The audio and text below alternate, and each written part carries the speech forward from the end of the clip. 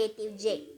അപ്പോൾ എന്നോട് ഒരുപാട് പേര് കുറേ നാളായിട്ട് റിക്വസ്റ്റ് ചെയ്യുന്ന ഒരു കാര്യമാണ്, ഗ്ലൂ ഇല്ലാതെ എങ്ങനെ നമുക്ക് ക്ലേ ഉണ്ടാക്കിയെടുക്കാം, അങ്ങനെ ഒരു വീഡിയോ ചെയ്യുമോ എന്ന് ചോദിച്ചിട്ട്. അപ്പോൾ ഞാൻ അങ്ങനെ ഒരു ക്ലേ ചെയ്തിട്ട് വിജയിച്ചിട്ടുണ്ട്. അത് ഒരു പേപ്പർ ക്ലേ ആണ്. അത് ഞാൻ പേപ്പർ ക്ലേ ഉണ്ടാക്കുന്ന സമയത്ത് തന്നെ പറഞ്ഞിട്ടുണ്ട്. പക്ഷേ ആ ഒരു ക്ലേക്ക് വലിയൊരു റീച്ചോ കാര്യങ്ങളൊന്നും കിട്ടാത്തത് കൊണ്ട് ഞാനിങ്ങനെ ചെയ്യണോ വേണ്ടിയോ എന്നിങ്ങനെ സംശയിച്ചിങ്ങനെ നിൽക്കുകയായിരുന്നു. അപ്പോൾ ഞാൻ ഈ അടുത്ത കാലത്ത് വീണ്ടും അതൊന്ന് ട്രൈ ചെയ്തു, അങ്ങനെ വിജയിച്ചിട്ടുണ്ട്. അതൊരു എക്സ്പെരിമെൻ്റൽ ക്ലേ ആണ്. എന്നാലും അത് ഞാൻ ചെയ്ത് നോക്കിയിട്ട് എനിക്ക് വളരെ നന്നായിട്ട് തോന്നി. അപ്പോൾ നമുക്ക് നമ്മുടെ നോൺ ഗ്ലൂ പേപ്പർ ക്ലേ ചെയ്തെടുക്കാം അല്ലേ. അപ്പോൾ ഈ വീഡിയോ ആദ്യം മുതൽ അവസാനം വരെ കാണാൻ ഒരു റിക്വസ്റ്റാണ്. കാരണം ഒന്നാമത് ഇതൊരു എക്സ്പെരിമെൻ്റൽ ക്ലേ ആണ്. രണ്ടാമത് ഇത് ആദ്യം മുതൽ അവസാനം വരെ കാണാതെ ഇരുന്നാലും അതുപോലെ സ്കിപ്പ് ചെയ്തൊക്കെ കാണുകയാണെങ്കിൽ എന്തൊക്കെ ഇൻഗ്രീഡിയൻസ് ചേർത്തത് അതൊന്നും ചിലപ്പോൾ മനസ്സിലാവണമെന്നില്ല. അപ്പോൾ അതുകൊണ്ടാണ് ആദ്യം മുതൽ അവസാനം വരെ കാണാൻ ശ്രമിക്കുക. അപ്പോൾ നമുക്ക് സമയമൊന്നും കളയാതെ വീഡിയോയിലേക്ക് പോവാം. Let's go to the video. അപ്പോൾ ആദ്യമായിട്ട് നമുക്കൊരു പാത്രം എടുക്കാം. അപ്പോൾ ആ പാത്രത്തിലേക്ക് ഞാനിവിടെ എടുത്തിരിക്കുന്നത് ടിഷ്യൂ പേപ്പറാണ് കേട്ടോ. ഒരു കുറച്ചധികം ടിഷ്യൂ പേപ്പർ ഉണ്ടായാലും കുഴപ്പമില്ല. ഞാനിപ്പോൾ ഒരു 12-15 ഷീറ്റോളം എടുത്തിട്ടുണ്ട്. അത് ഞാൻ വെള്ളം ഒഴിച്ചിട്ടൊന്ന് കുതിർക്കാൻ വെക്കുകയാണ്. നിങ്ങൾക്ക് വേണമെങ്കിൽ ന്യൂസ് പേപ്പർ വേണമെങ്കിലും യൂസ് ചെയ്യാം. ന്യൂസ് പേപ്പർ കൊണ്ട് ഇങ്ങനെ ചെയ്താലും കുഴപ്പമില്ല. അതൊന്ന് കുതിർക്കാൻ വയ്ക്കുമ്പോൾ ന്യൂസ് പേപ്പർ ആകുമ്പോൾ ഒരു ദിവസം മുഴുവനായിട്ട് വെക്കുക. ഇനി അത് അവിടെ ഇരിക്കട്ടെ. അപ്പോഴത്തേക്കും നമുക്ക് മറ്റു കാര്യങ്ങൾ ചെയ്യാം. ഞാനിവിടെ ഒരു പാൻ എടുത്തിട്ടുണ്ട്. ഇതൊരു നമ്മൾ കുക്കിങ്ങിനൊന്നും യൂസ് ചെയ്യാത്ത പാനാണ്. കുക്കിങ്ങിന് യൂസ് ചെയ്യുന്ന പാനാണെങ്കിലും ഇതിൽ കുഴപ്പമില്ല. നമ്മൾ ടോക്സിക് ആയിട്ടുള്ള കാര്യങ്ങളൊന്നും ഇതിനകത്ത് ചേർക്കുന്നില്ല. ഇനി നമുക്ക് അതിലേക്ക് 3 സ്പൂണോളം കോൺഫ്ലവറാണ് ചേർത്ത് കൊടുത്തിരിക്കുന്നത്. ഒരു മീഡിയം സ്പൂണിൽ 3 സ്പൂൺ ചേർത്തിട്ടുണ്ട്. ഇതൊരു ടേബിൾ സ്പൂണിനെക്കാട്ടിൽ ഇത്തിരി ചെറിയ സ്പൂണാണ് കേട്ടോ. അതിലൊരു 3 സ്പൂൺ ചേർത്തിട്ടുണ്ട്. അതിലേക്ക് ഞാനൊരു 1.5 കപ്പോളം വെള്ളം ഒഴിച്ചിട്ടുണ്ട്. എന്നിട്ട് നന്നായിട്ടൊന്ന് ഇളക്കി കൊടുക്കുക. ഇളക്കി കൊടുത്താലും നമ്മുടെ കോൺഫ്ലവർ വാട്ടറിൽ ലയിച്ച് പോകുമൊന്നുമില്ല കേട്ടോ. ഇളക്കി കൊടുക്കുക. എന്തെങ്കിലും കട്ടയായിട്ടൊക്കെ കോൺഫ്ലവർ ഇരിക്കുകയാണെന്നുണ്ടെങ്കിൽ അതൊക്കെ ഒന്ന് മാറിക്കിട്ടും. അങ്ങനെ നന്നായിട്ട് ഇളക്കി കൊടുത്തതിന് ശേഷം നമുക്കിതിനകത്തേക്ക് പ്രിസർവേറ്റീവ് ആഡ് ചെയ്യാം. ഞാനിവിടെ വിനെഗറാണ് ആഡ് ചെയ്യുന്നത്. പ്രിസർവേറ്റീവായിട്ട് വിനെഗർ അല്ലെങ്കിൽ വിനാഗിരി അല്ലെങ്കിൽ സൊർക്ക അത് ആഡ് ചെയ്യാം. ഞാനിവിടെ 2 സ്പൂണാണ് ആഡ് ചെയ്യുന്നത്. കാരണം എനിക്ക് ഉണ്ടാക്കിയെടുക്കുന്ന ഒരു സാധനം കുറച്ച് ദിവസം കേടുകൂടാതിരിക്കണം എന്നുള്ളത് കൊണ്ട്. കാരണം നമ്മൾ ഇവിടെ ഉപയോഗിച്ചിരിക്കുന്ന എഡിബിളായിട്ടുള്ള സാധനങ്ങളാണ്. അപ്പോൾ അതുകൊണ്ട് പ്രിസർവേറ്റീവ് ആഡ് ചെയ്യണം. എന്നിട്ട് നമുക്കതിലേക്ക് 1 സ്പൂൺ ഡിഷ് വാഷിംഗ് ലിക്വിഡാണ് ഞാൻ ആഡ് ചെയ്യണത്. നിങ്ങളുടെ കയ്യിൽ ഡിഷ് വാഷിംഗ് ലിക്വിഡ് ഉണ്ടെങ്കിൽ ചേർത്താൽ മതി, ഇല്ലെങ്കിൽ ചേർക്കണമെന്നില്ല. ഇങ്ങനെ ഇത് ചേർത്ത് കഴിയുമ്പോൾ നമ്മുടെ ആ ഒരു ക്ലേക്ക് കുറച്ചും കൂടെ ഒരു സോഫ്റ്റ്നെസ്സും അതുപോലെ തന്നെ നല്ലൊരു മണമൊക്കെ കിട്ടും കേട്ടോ. അതുകൊണ്ടാണ് ചേർത്ത്. നിങ്ങളുടെ കയ്യിൽ ഇല്ലാണ്ടെങ്കിൽ ചേർക്കണ്ട. അത് ഡിഷ് വാഷിംഗ് ബാറിൻ്റെ എന്തെങ്കിലും പീസോ അതൊക്കെ ചേർക്കാൻ പറ്റുമോ എന്ന് എനിക്കറിയില്ല. ഞാൻ എക്സ്പെരിമെൻറ്റ് ചെയ്തിട്ടില്ല അത് വെച്ചിട്ട്.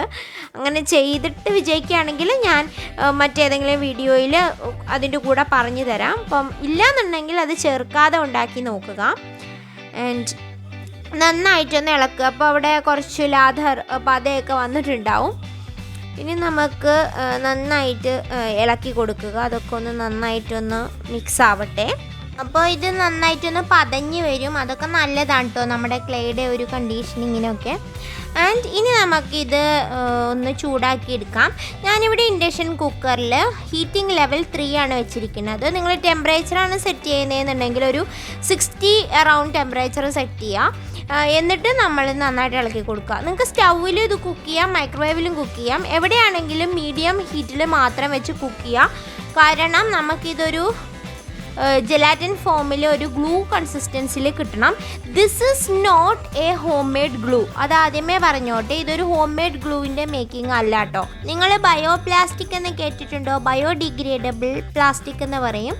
ഇത് പ്ലാസ്റ്റിക്കിന് ബദലായിട്ട് ഇപ്പം വേൾഡ് വൈഡ് നടന്നുകൊണ്ടിരിക്കുന്ന റിസർച്ചുകളിലൊക്കെ ഈ ബയോ പ്ലാസ്റ്റിക് എന്ന് പറഞ്ഞ കാര്യമുണ്ട്. അപ്പോൾ അത് സത്യം പറഞ്ഞാൽ നമ്മളിപ്പോൾ ഒരു ബയോ പ്ലാസ്റ്റിക്കാണ് ഉണ്ടാക്കിക്കൊണ്ടിരിക്കുന്നത് ഈ ഒരു ഹീറ്റിംഗ് വഴി. അതായത് നമ്മളുടെ ഒരു ഡിഷ് വാഷിംഗ് ലിക്വിഡ് ഒഴിച്ച് നിർത്തി കഴിഞ്ഞാൽ ബാക്കി 3 ഇൻഗ്രീഡിയൻസും ഉണ്ട് കേട്ടോ. വാട്ടറും കോൺഫ്ലവറും അതുപോലെ വിനീഗറും കൂടെ ചേർത്തിട്ട് നമുക്ക് ബയോപ്ലാസ്റ്റിക് ഉണ്ടാക്കാം. ഇപ്പോൾ ഈ ഒരു സ്റ്റെപ്പാണ് ശരിക്കും ജെലാറ്റിനൈസേഷൻ എന്ന് പറയുന്നത് കേട്ടോ. ഓർക്കുന്നില്ലേ നമ്മൾ ആദ്യത്തെ പേപ്പർ ക്ലേ റെസിപ്പിയിൽ ജെലാറ്റിനൈസേഷൻ എന്താണെന്നൊക്കെ പറഞ്ഞപ്പോൾ ഇതാണ് ജെലാറ്റിനൈസേഷൻ. ഇപ്പം നമ്മുടെ കോൺഫ്ലവർ ഇപ്പോൾ ഹോട്ട് വാട്ടറിൽ ശരിക്കും പറഞ്ഞാൽ ഒരു ജെലാറ്റിൻ പോലെ ജെൽ പോലെ കൺസിസ്റ്റൻസിയിൽ വന്നിട്ടുണ്ട്. അപ്പോൾ ഈ ഒരു ബയോപ്ലാസ്റ്റിക്കിൻ്റെ എക്സ്പെരിമെൻറ്റ് ഞാൻ നടത്തിയിട്ടുണ്ട് കേട്ടോ. ഞാൻ കുറച്ച് വസ്തുക്കൾ വെച്ചിട്ടൊക്കെ ചെയ്യാൻ നോക്കിയിട്ടുണ്ട്.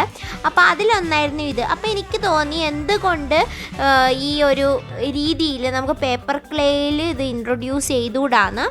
അപ്പോൾ ഞാൻ അതിൻ്റെ കൂടെ ഡിഷ് വാഷിംഗ് ലിക്വിഡും അതുപോലെ എണ്ണയും ഇതുപോലെ പേപ്പറൊക്കെ ചേർക്കുന്നതേ ഉള്ളൂ അതിൻ്റെ കൂടെ. അപ്പോൾ ഇതുപോലെ ചെയ്ത് വിജയിക്കുമെന്ന് നോക്കിയപ്പോഴാണ് ഈ ഒരു ക്ലേ എനിക്ക് കിട്ടിയത്. അപ്പോൾ നിങ്ങൾക്ക് ഇത് യൂസ്ഫുൾ ആവുമെന്ന് വിചാരിക്കുന്നു. നന്നായിട്ട് തിളക്കി നന്നായിട്ടൊന്ന് നല്ലോണം കുറുകി വരണം കേട്ടോ. ഒരു ക്ലേ മേക്കിങ്ങിൽ ഹീറ്റ് ചെയ്യാതെ നിങ്ങൾക്ക് ക്ലേ ഉണ്ടാക്കിയെടുക്കാൻ പറ്റില്ല. ഫ്ലവർ ഹീറ്റ് ചെയ്യാതെ നമുക്ക് ഇങ്ങനെ ഉണ്ടാക്കിയെടുക്കാൻ പറ്റില്ല. ഓക്കെ.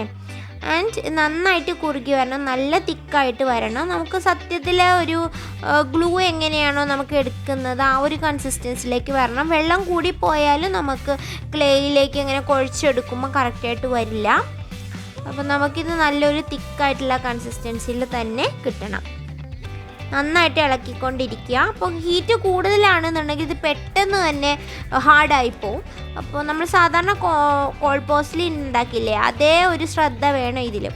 പക്ഷേ കോൾ പോസ്ലിൻ പോലെ ചൂടാക്കിയാൽ പെട്ടെന്ന് സ്ട്രക്ചർ മാറിപ്പോണ പോലെയൊന്നുമില്ല. അത് കുഴപ്പമില്ല. പക്ഷെ എന്നാലും ഞാനൊരു 2-ലും 3-ലും ഒക്കെയാണ് ഇവിടെ ഹീറ്റ് ലെവൽ സെറ്റ് ചെയ്ത് വെച്ചിരിക്കുന്നത്. ടെമ്പറേച്ചർ ആണെങ്കിൽ നിങ്ങൾ 60 or 70 ആ റേഞ്ചിൽ വെക്കുക. കാരണം 60 ഡിഗ്രിയിലാണ് ജെലാറ്റിനൈസേഷൻ സത്യത്തിൽ പോസിബിളായിട്ടുള്ളത് കോൺഫ്ലവറിന്. ആൻഡ് നന്നായിട്ട് ഇളക്കി കൊടുക്കുക. ഇപ്പോൾ ഇത് നന്നായിട്ട് തിക്കൻ ചെയ്ത് വരുന്നുണ്ട്. ഇനി നമുക്കിത് ഓഫ് ചെയ്തിട്ട് എടുക്കാം. അപ്പോൾ എടുത്തു കഴിയുമ്പോൾ കുറച്ച് തണുത്ത് കഴിയുമ്പോൾ ഈ ഒരു കൺസിസ്റ്റൻസിയിൽ നമുക്ക് കിട്ടണം. അത് നന്നായിട്ട് ഒന്നുകൂടെ അതിനകത്ത് എന്തെങ്കിലും കട്ട പിടിക്കുകയോ എന്തെങ്കിലും ഉണ്ടെങ്കിൽ അതൊക്കെ ഒന്ന് ഉടച്ച് കൊടുക്കുക നന്നായിട്ടൊന്ന്. ഇനി നമുക്ക് കുതിർക്കാൻ വെച്ചിരിക്കുന്ന നമ്മുടെ പേപ്പർ എടുക്കുക. എന്നിട്ട് അത് നന്നായിട്ട് കൈ കൊണ്ടൊന്ന് ഉടച്ച് കൊടുക്കുക. അപ്പോൾ നമുക്കിതുപോലെ കിട്ടും. അപ്പം നിങ്ങൾ എടുത്തിരിക്കുന്ന ഇതുപോലെ ടിഷ്യൂ പേപ്പർ ആണെന്നുണ്ടെങ്കിൽ നമുക്ക് അരയ്ക്കേണ്ട ആവശ്യമൊന്നും വരില്ല. അത് ഓൾറെഡി നമ്മൾക്ക് നന്നായിട്ട് നല്ല ഫൈൻ പാർട്ടിക്കിളായിട്ട് തന്നെ കിട്ടും. പക്ഷെ നിങ്ങൾ പേപ്പറാണ് ന്യൂസ് പേപ്പറോ അല്ലെങ്കിൽ കാർഡ്ബോർഡോ ഒക്കെയാണ് യൂസ് ചെയ്യുന്നതെങ്കിൽ നന്നായിട്ട് കുതിർത്തതിന് ശേഷം മിക്സിയിലിട്ടൊന്ന് അടിച്ചെടുക്കണം. എന്നാലും നമുക്ക് ഫൈൻ പാർട്ടിക്കിൾ കിട്ടുള്ളൂ. ആൻഡ് ഇത് നന്നായിട്ട് വാട്ടർ മാക്സിമം സ്ക്യൂസ് ചെയ്തെടുക്കുക. നേരത്തെ നമ്മൾ പറഞ്ഞത് കുറച്ച് വാട്ടർ കണ്ടൻറ്റ് അവിടെ വേണം എന്നാണ് പേപ്പറിൽ, നേരത്തെ നമ്മൾ പേപ്പർ ക്ലേ ഉണ്ടാക്കിയ റെസിപ്പിയിലൊക്കെ. പക്ഷേ ഇതിൽ നമുക്ക് നന്നായിട്ട് സ്ക്യൂസ് ചെയ്തെടുക്കണം. ഞാൻ അതിന് ശേഷം കുറച്ച് യെല്ലോ കളറിലുള്ള ടിഷ്യൂ പേപ്പറും കൂടെ അങ്ങനെ ചെയ്തെടുത്തിട്ടുണ്ട്. എൻ്റെ കയ്യിൽ കുറച്ചേ ഉണ്ടായിരുന്നുള്ളൂ ഇങ്ങനെ ചെയ്തപ്പോൾ. അപ്പോൾ ഞാൻ കുറച്ചുകൂടെ പേപ്പർ ചെയ്തിട്ടുണ്ട്, അതാണ് യെല്ലോ ആയിട്ട് കാണുന്നത്. എന്നിട്ട് അതിലേക്ക് ഞാൻ കുറച്ച് ബേബി ഓയിൽ ചേർത്തു. വേറെ ഏതെങ്കിലും ഓയിലാണെങ്കിൽ ചേർത്താൽ മതി. ഇനി നമുക്കിവിടെ റെഡിയാക്കി വെച്ചിരിക്കുന്ന നമ്മുടെ കോൺഫ്ലവറിൻ്റെ പേസ്റ്റ് അത് നമുക്ക് ഇതുപോലെ പേപ്പറിലേക്ക് ആഡ് ചെയ്ത് കൊടുക്കാം. വളരെ കുറച്ചായിട്ട് ആഡ് ചെയ്തിട്ട് ആ പേപ്പർ ഇപ്പോൾ കട്ടയായിട്ടിരിക്കുന്നതെല്ലാം നല്ല ഫൈനായിട്ട് മിക്സാക്കി എടുക്കണം. ആ കട്ടയൊക്കെ മാറി അതുപോലെ. അപ്പോൾ ഇത് കുറച്ച് ടൈം എടുത്ത് തന്നെ ചെയ്യാം. ഇപ്പോൾ എത്രയൊക്കെ നമ്മൾ പിഴിയുന്നതിനനുസരിച്ച് ആ ഒരു പേപ്പർ പാർട്ടിക്കിൾ കുറച്ചും കൂടി അടുത്ത് നല്ല കട്ടയായിട്ടൊക്കെ ഇരിക്കും കേട്ടോ. അത് മാറാൻ വേണ്ടിയിട്ട് നന്നായിട്ട് ഇങ്ങനെ മിക്സ് ചെയ്യുക. നന്നായിട്ട് മിക്സ് ചെയ്തെടുക്കുക. കുറച്ചായിട്ട് മാത്രമേ ഈ ഒരു ബയോപ്ലാസ്റ്റിക് പേസ്റ്റ് എന്ന് ഞാൻ അതിനെ വിളിക്കുന്നത് അത് ആഡ് ചെയ്തിട്ട് ചെയ്യാം. അപ്പോൾ ഈ പേസ്റ്റ് നിങ്ങൾ ആവശ്യാനുസരണം ഇതുപോലെ മിക്സ് ചെയ്ത് വരുന്നതിനനുസരിച്ച് പേപ്പർ പാർട്ടിക്കിൾസ് ഇങ്ങനെ വിട്ട് വരും കേട്ടോ. അത് നന്നായിട്ട് ഈ ഒരു പേസ്റ്റുമായിട്ട് മിക്സ് ചെയ്ത് കിട്ടും. നന്നായിട്ട് തന്നെ മിക്സ് ചെയ്യുക. അപ്പോൾ മിക്സ് ചെയ്ത് വന്നു കഴിഞ്ഞിട്ട് നമ്മൾ കൈ കൊണ്ട് നന്നായിട്ട് കുഴച്ചെടുക്കുക. നമ്മൾ ചപ്പാത്തി മാവൊക്കെ കുഴയ്ക്കുന്ന പോലെ കുഴച്ചെടുക്കുക. ആൻഡ് നന്നായിട്ടൊന്ന് കൈ കൊണ്ടൊക്കെ ഒന്ന് ഇടിച്ചു കൊടുക്കുമ്പോൾ നന്നായിട്ടൊന്ന് മിക്സായി വരും. അപ്പോൾ ഇതിങ്ങനെ ആഡ് ചെയ്യുന്നതിനനുസരിച്ച് ഇത് ജസ്റ്റ് ഒരു ലൂസ് പേസ്റ്റ് പോലെ ഉണ്ടാവുക. ഇത് വെച്ചിട്ട് നമുക്ക് നേരിട്ട് അപ്ലൈ ചെയ്യുന്ന ഇങ്ങനെ സ്പ്രെഡ് ചെയ്യുന്ന ഏരിയാസിൽ ഡോളൊക്കെ ചെയ്യുമ്പോൾ ബേസ് കോട്ട് സ്പ്രെഡ് ചെയ്യില്ലേ, അതുപോലെയൊക്കെ ചെയ്യാം ഞാൻ ചെയ്യുന്ന പോലെ. ഇനി അതിനകത്തേക്ക് നമുക്ക് കുറച്ച് കോൺഫ്ലവർ ചേർത്തിട്ട് അതൊന്ന് തിക്കൻ ചെയ്തെടുക്കാം. ഒരുപാട് കോൺഫ്ലവർ ആഡ് ചെയ്യേണ്ട കാര്യമില്ല. ജസ്റ്റ് നമ്മൾക്ക് ഒന്ന് ക്ലേ പോലെ ഒന്ന് തോന്നിപ്പിക്കുമല്ലോ, നമ്മൾ കയ്യിലെ ഒരു കൺസിസ്റ്റൻസി തോന്നില്ലേ, ആ രീതിയിൽ ചെയ്താൽ മതി. ഈ ഒരു ക്ലേയുടെ ഒരു പ്രത്യേകത എന്ന് പറഞ്ഞാൽ നമ്മളിപ്പോൾ ഉണ്ടാക്കി വെച്ച ക്ലേയുടെ കൺസിസ്റ്റൻസി കുറച്ച് ചേഞ്ച് ആയാലും കുഴപ്പമില്ല. കാരണം നമുക്ക് പിന്നീട് ഈ ഒരു പേസ്റ്റും അതുപോലെ തന്നെ കോൺഫ്ലവറും ആഡ് ചെയ്തിട്ടോ ഒക്കെ ഇതിൻ്റെ കൺസിസ്റ്റൻസി ലൂസാക്കാനും കുറച്ചും കൂടെ തിക്കനാക്കാനും ഒക്കെ പറ്റും. അതൊന്നും ഓർത്ത് പേടിക്കേണ്ട കാര്യമില്ല. നമ്മൾ കോൾപോസ്ലിനൊന്നും പോലെ അല്ല. ആൻഡ് നന്നായിട്ടൊന്ന് കുഴച്ചെടുക്കുക. പിന്നെ ഈ ഒരു ക്ലേ എന്ന് പറയുന്നത് കമ്പാരിറ്റീവ്ലി ഒരു നല്ല കാര്യമാണ്. കാരണം നമുക്ക് ഗ്ലൂ ഒന്നും ഇല്ലാത്തപ്പോഴും ഇതേപോലെ ചെയ്തെടുക്കാം. പിന്നെ ഇതിൻ്റെ ഷെൽഫ് ലൈഫും ശരിക്കും പറഞ്ഞാൽ അന്തം വിട്ട് പോകും. എൻ്റെ കയ്യിൽ ഇപ്പോഴും 3 മാസം മുമ്പ് ഞാൻ ഉണ്ടാക്കിയിട്ടുള്ള, അതായത് മഴയൊക്കെ തുടങ്ങുന്നതിന് മുമ്പ് ഞാൻ ഉണ്ടാക്കിയിട്ടുള്ള ഈ ഒരു ക്ലേയും എൻ്റെ കയ്യിൽ ഇപ്പോഴും ഉണ്ട്. ഞാനത് നമ്മുടെ റാപ്പിംഗ് പേപ്പറും അതുപോലെ തന്നെ ന്യൂസ് പേപ്പറും ഒക്കെ കൊണ്ടാണ് അത് ഉണ്ടാക്കിയിരുന്നത്. അതിപ്പോഴും എൻ്റെ കയ്യിലുണ്ട്. അത് ഇപ്പോഴും നന്നായിട്ട് പൂപ്പലൊന്നും പിടിക്കാതെ തന്നെ എൻ്റെ കയ്യിലുണ്ട്. നിങ്ങൾക്ക് ഇത് എയർ ടൈറ്റ് കണ്ടെയ്നറിൽ ഇട്ട് സൂക്ഷിക്കാവുന്നതാണ്. അതുപോലെ ഈ പേസ്റ്റും കുറച്ച് നാൾ നിൽക്കും കേട്ടോ. നമ്മൾ ഫ്രിഡ്ജിലൊക്കെ വെച്ച് സൂക്ഷിക്കുകയാണെങ്കിൽ പേസ്റ്റ് നമുക്ക് തീർന്നു പോയാലും പിന്നെയും കുറച്ചായിട്ട് ഉണ്ടാക്കിയാൽ മതി. കുറച്ച് കൂടുതലായിട്ട് ഉണ്ടാക്കിയിട്ടുണ്ടെന്നുണ്ടെങ്കിൽ നമുക്ക് കുറച്ച് ദിവസം സൂക്ഷിക്കാനും പറ്റും. ആൻഡ് ഇനി നമുക്കിത് 2 പീസായിട്ടൊന്ന് ഉണ്ടാക്കിയിട്ട് ഉണക്കാൻ വയ്ക്കാം. എന്നിട്ട് ഒരു ദിവസം കഴിഞ്ഞിട്ട് എങ്ങനെയുണ്ടെന്ന് നോക്കാം. അപ്പോൾ നമുക്ക് നമ്മുടെ ക്ലേ ഒരു പ്ലാസ്റ്റിക് കവറിലാക്കിയിട്ട് എയർ ടൈറ്റ് കണ്ടെയ്നറിൽ അടച്ചു വയ്ക്കാം.